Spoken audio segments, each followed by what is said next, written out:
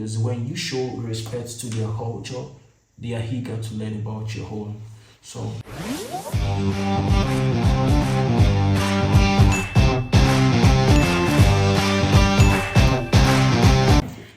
hi everyone. hi. It's nice to grace your screen again. Very beautiful. How have you been? Well, we are doing very fine as well, and we trust you're doing good. Yes. If you're seeing us for the first time, please subscribe. And subscribe to our channel and turn on post notifications to get more videos from us as we keep them coming to your screen. And if you've been here before as a subscriber, thank you. Thank you very much. Just stay tuned because today I'm going to be interviewing and he's going to be interviewed. Let's get right into it. Okay. I'm ready for you. So, we're going to be discussing life as an international student in the UK. My husband here was a master's student in the UK. So today we're going to be learning from his well of wisdom. I would like us to send questions if you have any. And I'm going to be asking him some of the questions I have here. And I'll be very happy to answer your questions. So let's get right into it. First question.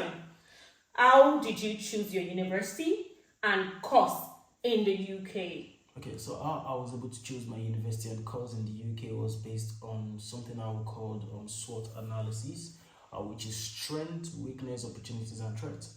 I was able to evaluate my strength in terms of what I'm really good at for my skill sets, and I was able to look at what I'm not really good at, what I'm struggling with. Is it something I can really go into the UK to study on or learn more about?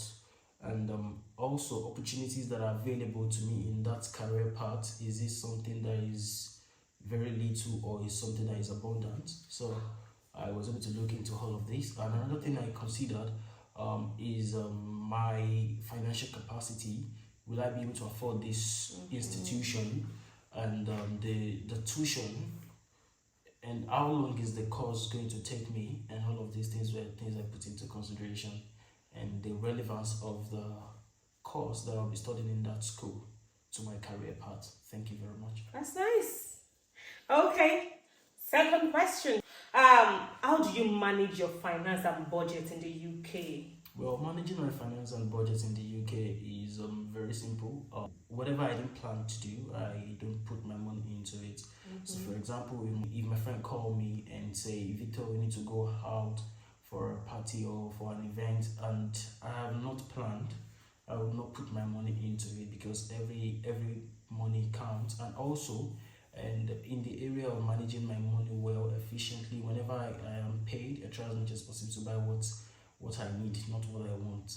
And also, I was able to leverage on some of the benefits that I could use, like in my environment, I have access to some bus card that I could literally pay for, and this will cover me for a whole month instead of spending on transport every day. Okay. Thank you very much.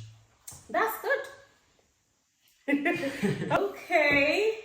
Next question. Okay. What are the main differences between studying in the UK and your home country? Well, for me, studying in the UK and my home country, I would say there's so many differences. And here in the UK, we have employability in place, which I benefited from as well. But in my home country, we really don't have that every time. Some institutions have it, but it's not a general thing. So my CV was well revamped with the employability tool that was made available to me. I enjoyed the employability day, where organizations came into the university, set up their exhibition stand, and this provided students the opportunity to ask questions and to know what to prepare for towards getting a job after their study here in the uni, which I also enjoyed.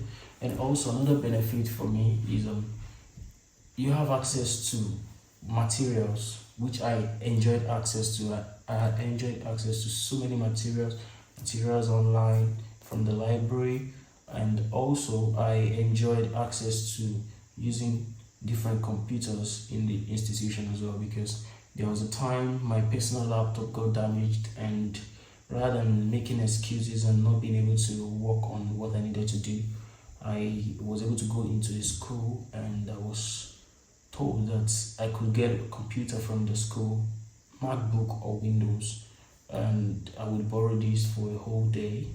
I'll return it the next day, and on weekend I can take it on Friday, bring it back on Monday. So a lot of things I enjoyed being a student in the UK.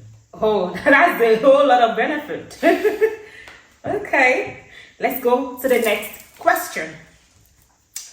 It says, how do you balance your studies and personal well-being in the UK?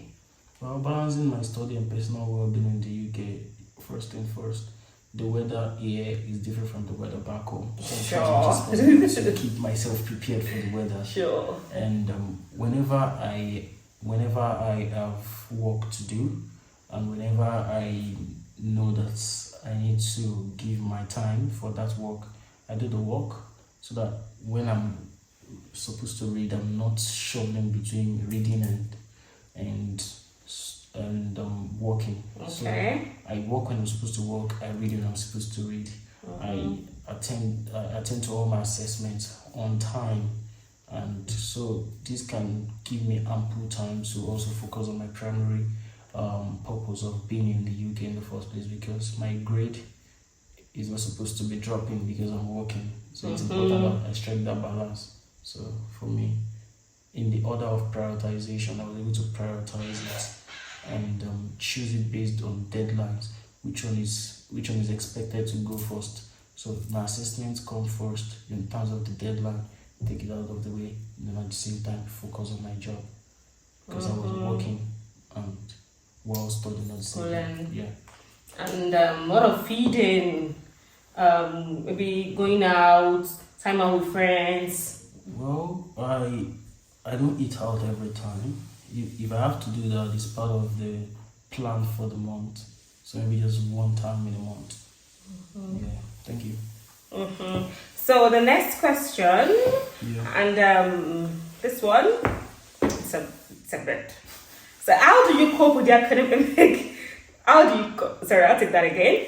How do you cope with the academic workload and expectations?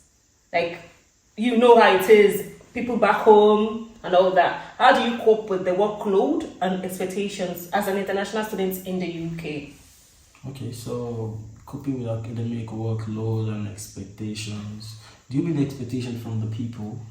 General expectations, from the institution. Institution, back home, family. So it's quite different, because most of our work here in the UK, they're all assessments. So I make enough research for myself, because I know I can't fail, and Nigeria will really carry last. So it's important to be on top of my game, do my assessments. If there's anyone that I know that I can't really do efficiently, probably I'm struggling with it, I talk to my course mates to be able to get insight, and I also make use of the library to gather more information. Thank you. Okay. You didn't talk about the expectations. Well, for expectation, I believe life is very personal. So I really focus on myself first and not minding what people will say. So far what I'm doing is something good and nothing negative. Oh, that's nice. So the last one for today. What are the benefits and challenges of living in the UK as an international student? So which one would you like to say first? Benefit and challenges? Let's just take the challenges first, then we can talk about the benefits. Okay, so some of the challenges I faced being an international student in the UK, getting my Nigerian food. Getting my Nigerian food from African store was quite expensive. Yeah, unlike buying food stuff from Aldi and some of the British stores that are available. That was the number one challenge. And two, adjusting to the weather. The weather can be very cold, and sometimes it can be sunny, meanwhile it's still very cold. So adjusting to the weather is another thing for me. And those are the major challenges for me, actually. Okay, so now what are the benefits? There are so many benefits. First and foremost, as an international student in the UK, you are exempted from paying council tax throughout your study year in the UK. And also, you are open to so many discounts on student application, but like student being, uni days, just to mention those few. And also, if you're a student, use like the coach, you have certain discounts on that. And as a student, you have rail card, which comes with student discounts. You can also use that to your advantage. If you enjoy traveling from one county to another county, which is really good for you. And also, as an international student, you have certain discount on food as well. Food, if you like to eat out, there are discounts to that.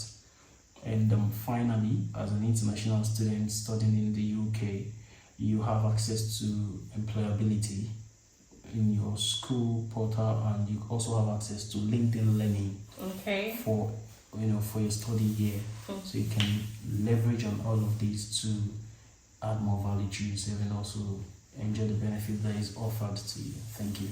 Okay, so I think we're done for today, but I know you have questions, so you can just drop your questions in the comment section and we'll get him to answer those questions. So thank you for tuning in. Thank you very Till we much. see you again. Bye.